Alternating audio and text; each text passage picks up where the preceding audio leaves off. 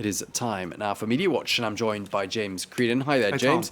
Very much in the news throughout the course of today has been the exhumation and the reburial of Spain's longtime dictator, Francisco Franco. That's right. Lots of reactions to that across Spanish language, social media, as you would expect.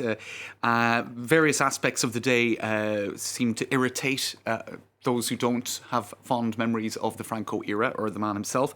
There were, of course, protesters who were pro-Frankist, who didn't want this exhumation to take place. And they had various demonstrations being fronted by clerics and whatnot. So it was quite a spectacle carried by rolling news channels in Spain today. So it not just the man himself, but all of the memories of that era and the Civil War were sort of dug up as well, if you like. It really got a lot of, as I said, kind of each moment got a lot of coverage. That's the helicopter bearing the remains of Franco, and I think a lot of people felt that it gave too much importance to the man and what he stood for, and it was almost like a state funeral at times. That's some of the criticisms that were made. This is a guy called Tejero Sr. His first name is Ram. He is the son of Antonio Tejero, who was a civil guard lieutenant who stormed Parliament in 1981. He's associated with the Franco memory, if you like. Now, what a lot of people felt, that there were various moments during the day, he was pushing press back, going beyond police barriers and actually pushing the press back from covering it. Now, one particular political scientist, Juan Carlos Monedero, saw this as an unacceptable provocation. The press were behind police lines, respecting the delineated space for the press, and here was this guy going beyond the police, and the police actually allowing it to happen to push back the press. So I think a lot of people felt that far too much space and importance was given to this today. Broadcasting this live was a garbage idea, says another critic on Twitter. So you can see again that many people felt that lessons have not been learned from the past. And in Germany, for example, there wouldn't be this sort of almost glorification of a figure associated with fascism. Also, members of the Francisco Franco Foundation being interviewed extensively on rolling news channels. A lot of people also felt that was too much.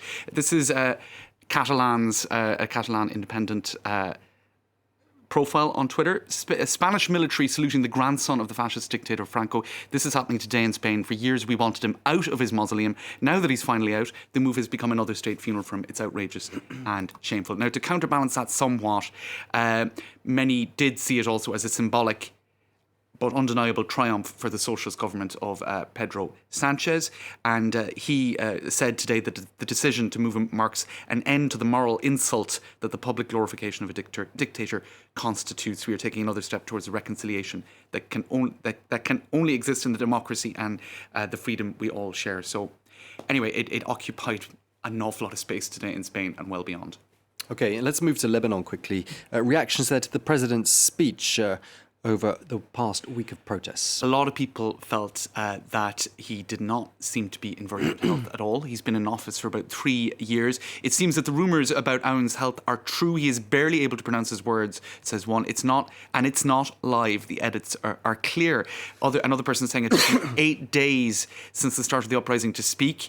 And it was clearly badly recorded with lots of cuts. And the global tone is, you are right, but it's not my fault. So many people feeling it didn't really go far enough. Digital activists also sort of did some sleuthing online, Tom, and realised, if you kind of scroll down, that the books behind him were placed differently at various different moments in what was a relatively short speech. So certainly it would have been edited, perhaps because of fatigue, or perhaps out of a desire to get the message right. So that certainly didn't please a lot of people. Some perhaps exaggerated or unfair comparisons to Abdelaziz Bouteflika in Algeria, who was in famously very, very bad health for many, many years towards the end of his presidency.